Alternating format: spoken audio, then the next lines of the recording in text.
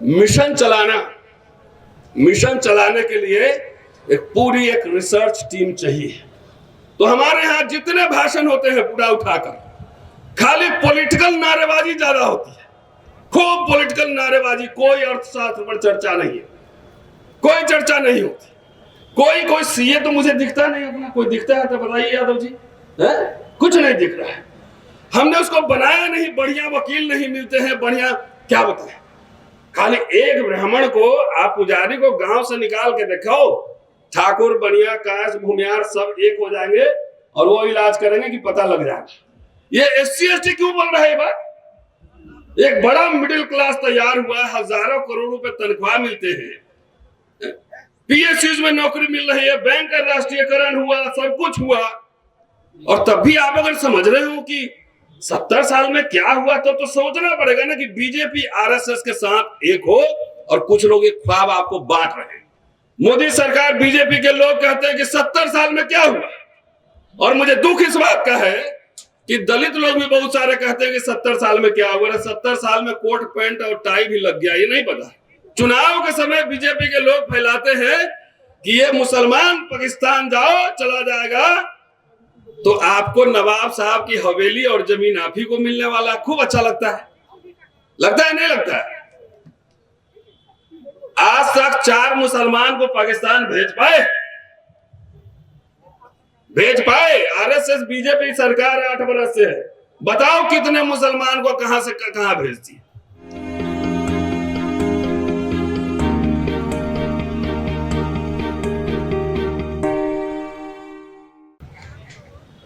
सम्मानित मंच, पैगाम के सारे ऑफिस बेयरर्स, सदस्य, वी द पीपल के जितने मेंबर्स हैं और ऑफिस बेयरर्स हैं, और तमाम इस सभागार में जितने दोस्त हैं, साथी हैं, और विभिन्न संगठन जो इसमें पार्टिसिपेट कर रहे हैं, आप सभी को बहुत बहुत बधाई इसलिए कि 6 महीने के अंदर 2 बड़े बड़े कार्यक्रम आपने इस रामलीला ग्राउंड में किए। ये कोई आसान बात नहीं है, और देश भर से इतने सारे महत्वपूर्ण वक्ताओं को 2 दिन तक लगातार बांध कर रखना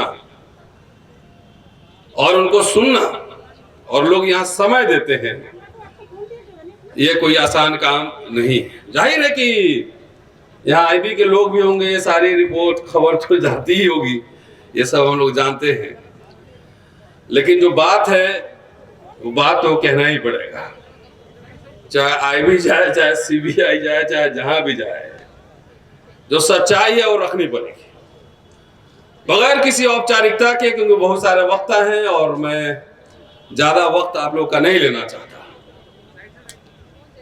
सीधा ये संविधान और मनुस्मृति के बीच ये धर्म युद्ध चल रहा है, सीधा। एक तरफ RSS और बीजेपी है, वो मनुस्मृति का समर्थक है, पूरी इसके दर्शन, और मैं समझता हूं कि दूसरी तरफ जितने संगठन है और विपक्ष है उनको होना चाहिए। जनता लोग एकीकृत है, अब नेताओं की जिम्मेदारी है, पॉलिटिकल पार्टी की जिम्मेदारी है कि वो एक हो जाए, ना नुकुर छोड़े, नहीं तो आज मेरी बारी है, कल आपकी भी होगी। अभी मैंने खबर पढ़ा लालू जी के फैमिली को फिर पूछताछ के लिए कई घंटों से बंद किया हुआ है, लेकिन इसी बीच 9 सांसदों ने प्रधानमंत्री को चिट्ठी लिखा है कि ED के दुरुपयोग पर संवैधानिक संस्थाओं का तो मैसिव दुरुपयोग हो रहा है। तुम्हारे पांव चरण और हमारे पांव लात, तुम बोलो तो पुलिस सुरक्षा देगी और हम बोले तो गिरफ्तारी होगी। ये खुला खेल फर्रुखाबादी है, और इसमें अब जो डर के घर में रह गया वो रह गया। यार पार की लड़ाई है, लड़ी जाएगी, चाहे गिरफ्तारी जितनी भी हो। तो लोगों ने कह दिया, हिमांशु जी मेरे साथ थे, सुप्रीम कोर्ट ने जुर्माना लगाया, बोले नहीं देंगे, जेल भेजना भेजो, तो 2-4 करोड़ लोग बोलो चलो जेल ले चलो, जेल तुम्हारी कम पड़ जाएगी। तो आपके अंदर, और खास तौर से पढ़े लिखे नौकरी पेशा वर्ग, उनके अंदर जो डर है वो डर पहले निकालना है। जो डरता है उसको तुरंत वो CID वाला पुलिस वाला पकड़ता है, वो खीरा चोरी के आरोप में जेल भेजता, हीरा चोर अभी लंदन घूम रहा है, वहां से बढ़िया बढ़िया फोटो भी डालता रहता है बीच बीच में। दोस्तों, मैं कोई अनरियलिस्टिक ड्रीम्स में नहीं दिखाता कि कोई ऐसी काल्पनिक जो सपना, द ड्रीम, जैसे रात में देखते हैं ड्रीम गर्ल सपना देखते हैं, उस तरह के सपने की बात मैं नहीं करता। जो वस्तु स्थिति है वो सामने समझना चाहिए और रियल वर्ल्ड में आकर बात करनी चाहिए। और क्यों कह रहा हूं? इसलिए कह रहा हूं कि जैसे देखिए तालियां बजेंगी, अब बोलेंगे कि सीधे अब हमें जो है पार्लियामेंट के गुंबद पर जाकर झंडा फहराना है। खूब तालियां बजती है, खूब बज रही। पार्लियामेंट के गुंबद पे जाकर दूरबीन से अफगानिस्तान और अमेरिका तक पूरा हुकूमत करना, रसिया तक पहुंच जाना है। खूब हमारे लोग ताली बजाते हैं, उनको गुदगुदी लगती है, अच्छा लगता है सुनने में कि ब्राह्मण जूता बांधेगा तो सुनने में अच्छा लगता है। फिर रात में सपना में देखता है कि मैं सिंहासन पर बैठा हूं और बाबू साहब ब्राह्मण लोग मेरे पांव मालिश कर रहे हैं, कितना अच्छा लगता है सुनने में। ब्राह्मण को विदेश भेज देंगे तो अच्छा लगता है। एक आदमी और ये बात बोलता है कि मुसलमान को पाकिस्तान भेज देंगे तो विदेश भेज देंगे, सुनने में फिर गुदगुदी लगता है कि चले जाएंगे तो सारा मठ का जमीन मंदिर का माल हमारा ही होने वाला है। चुनाव के समय बीजेपी के लोग फैलाते हैं कि ये मुसलमान पाकिस्तान जाओ चला जाएगा तो आपको नवाब साहब की हवेली और जमीन आप ही को मिलने वाला। खूब अच्छा लगता है, लगता है नहीं लगता है? आज तक 4 मुसलमान को पाकिस्तान भेज पाए? आरएसएस बीजेपी सरकार 8 बरस से है, बताओ कितने मुसलमान को कहां से कहां भेजती है। लेकिन ये खाली दलितों को मैं फोकस कर रहा हूं, मैं अभी बहुजन पे नहीं जा रहा हूं। दलितों को आज मैं विशेष रूप से शेड्यूल कास्ट शेड्यूल ट्राइब को फोकस कर रहा हूं। ये कोई आपको ब्राह्मण को रसिया भेजने का सपना दिखा रहा है, कोई मुसलमान को पाकिस्तान भेजने का सपना दिखा रहा है, तो भेजोगे भाई तो पाकिस्तान टफ बॉर्डर है, पासपोर्ट भी लेना पड़ेगा, मांगना पड़ेगा, अफगानिस्तान भी बीच में है कि नहीं? कैसे भेजोगे? पता है सबका पासपोर्ट भी बनवाना पड़ेगा, तो ये पता नहीं, लेकिन भेज देंगे तो गुदगुदी लगते रहता है, अच्छा लगता है। और ये भेजते भेजते मोदी सरकार बीजेपी के लोग कहते हैं कि 70 साल में क्या हुआ। और मुझे दुख इस बात का है कि दलित लोग भी बहुत सारे कहते हैं कि 70 साल में क्या हुआ। 70 साल में कोट पैंट और टाई भी लग गया, ये नहीं पता है? कोट पैंट टाई लग गया है 70 साल में। जो कमर में झाड़ू और गले में मटका लगाया जाता था, कोट पैंट टाई लग गया, लग्जरी गाड़ी में घूम रहे हो। तो आरएसएस बीजेपी ये बात बोले तो हमारे समझ में नहीं आती है। ये SC ST क्यों बोल रहा है ये बात? एक बड़ा मिडिल क्लास तैयार हुआ, हजारों करोड़ रुपए तनख्वाह मिलते हैं, PSUs में नौकरी मिल रही है, बैंक का राष्ट्रीयकरण हुआ, सब कुछ हुआ, और तब भी आप अगर समझ रहे हो कि 70 साल में क्या हुआ तो सोचना पड़ेगा ना कि बीजेपी आरएसएस के साथ एक हो और कुछ लोग एक ख्वाब आपको बांट रहे हैं। मैं ऐसे कोई ख्वाब नहीं बांटता, मैं अनंत दिखलाता हूं। जमीन पर आ जाइए, जितने यहाँ पर मुद्दे हैं, यहाँ पर हिस्सेदारी की चाबी, जातीय जनगणना, उच्च न्यायपालिका में हिस्सेदारी, बैलेट पेपर से चुनाव, ठेकेदारी में हिस्सेदारी, ये असली मुद्दा है। और असली मुद्दा इसलिए है, ये पॉलिटिकल मुद्दा है। सब हमारे लोग हैं ना, जितना जैसे बोलेंगे ना हुक्मरान बनना है, सब लोग ताली बजाता है, सब समझता है कि हम ही MLA MP बनेंगे। सबको ख्वाब है, किसी को ये ख्वाब नहीं कि मेरा बेटा बेटी नोबेल प्राइज जीते, ऑक्सफोर्ड में जाके PhD करे। ये ख्वाब है? ये ख्वाब नहीं। सबको एकदम सीधा, जितने हैं 545 सीट है भाई, इतने लोग ही बन सकते हैं, तो बाकी लोग क्या करेंगे, इसका कोई ऑल्टरनेटिव प्लान हमारे लोगों के पास नहीं। सारे स्कूल कॉलेज बर्बाद हो रहे हैं। कुछ दलित नेताओं को देखते हैं कहते हुए कि स्कूल कॉलेज हमारी जिम्मेदारी नहीं है, तो जिससे चंदा लेते हो उसके बच्चे कहां पढ़ते हैं ये तो पूछो। वो सरकारी स्कूल में पढ़ते हैं कि प्राइवेट स्कूल में पढ़ते हैं? तो जो समाज इंस्टीट्यूशंस को नहीं खड़े करेगा, इंटेलेक्चुअल्स नहीं खड़े करेगा, खाली हुक्मरान बनने से नहीं होने वाला है। MLA MP मिनिस्टर बनकर उसको सस्टेन कैसे करेंगे? एक अंग्रेजी में इंडियन एक्सप्रेस में लिखने वाले टाइम्स ऑफ इंडिया में 4 हमारे लोग नहीं है। बताइए कहां चुन के बताइए, आपके लिए ओपिनियन मेकर कौन बनेगा, कौन बनेगा, ये सवाल है। और खास तौर से मैं आज इसीलिए फोकस कर रहा हूं कि मेरी बात उन लोगों के बीच जानी चाहिए। जब भी कहते हैं कि एक आदमी को तो गांव से नहीं निकाल सकते हो, खाली एक ब्राह्मण को आप पुजारी को गांव से निकाल के देखो, ठाकुर बनिया काश भूमियार सब एक हो जाएंगे और वो इलाज करेंगे कि पता लग जाएगा। जब भी हमारे हक हकूक की बात होती है तो हम लोग एक घालमेल कर देते हैं, और घालमेल करते हैं इसीलिए हम लोग कोई सफल नहीं हो पा रहे।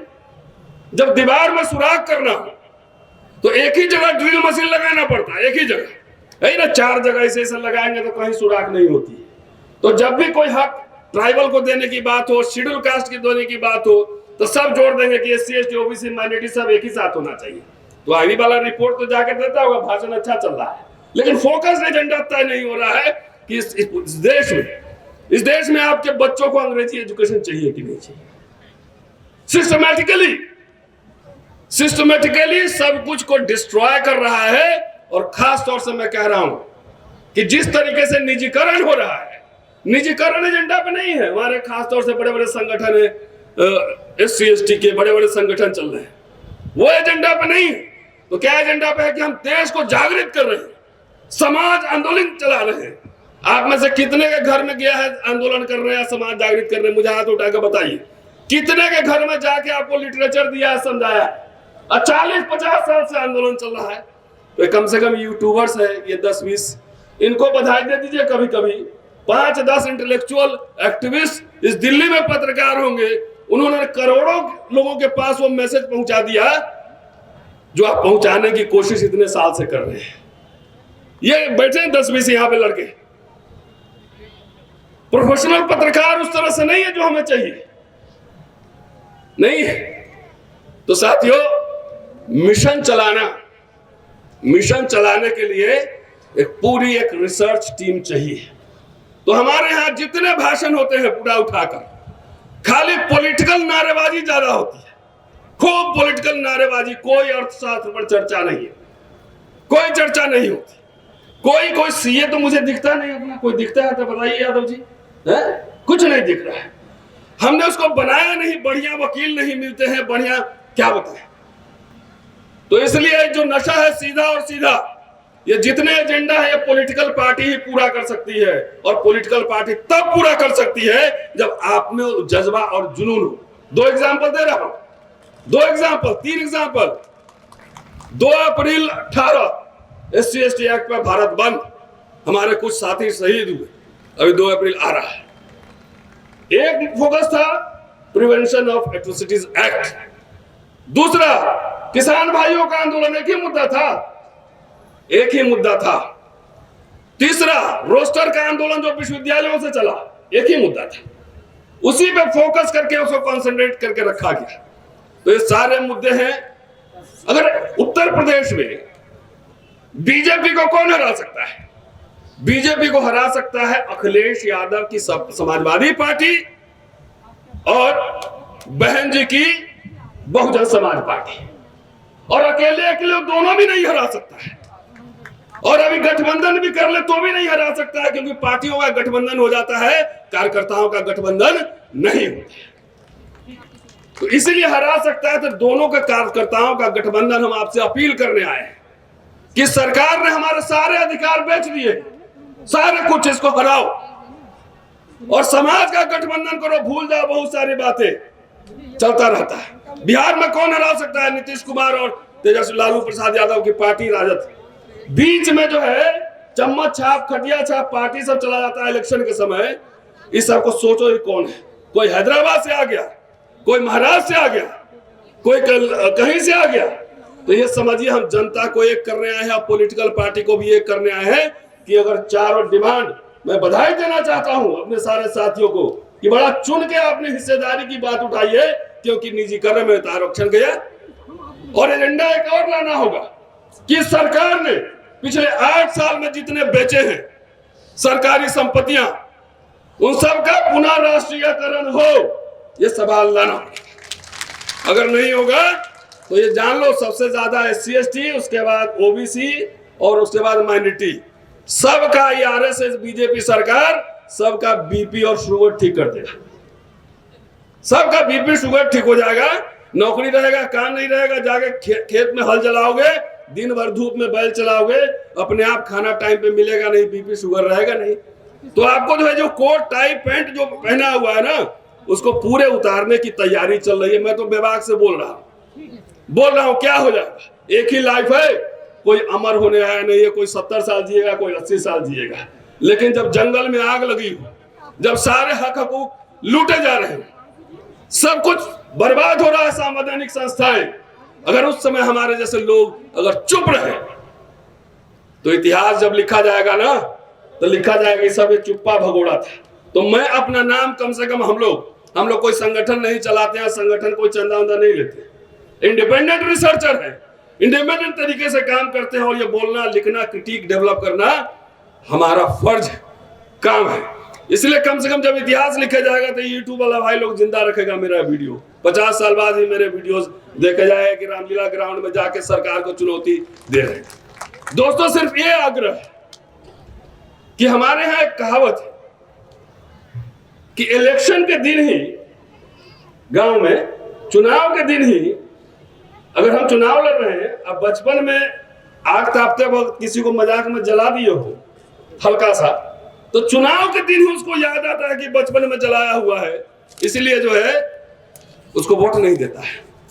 और जरा ऊपर देखिए, ऊपर चाहे जैसे भी हो, वोट सब एक ही जगह देता है, आपस में भले 302 और 304 का मुकदमा चलता हो, लेकिन वोट वो एक ही जगह पड़ता है। इसलिए मनभेद और मतभेद दोनों उठाइए, आप एक होइए, नेता को हम लोग एक कर लेंगे। शुक्रिया, जय भीम।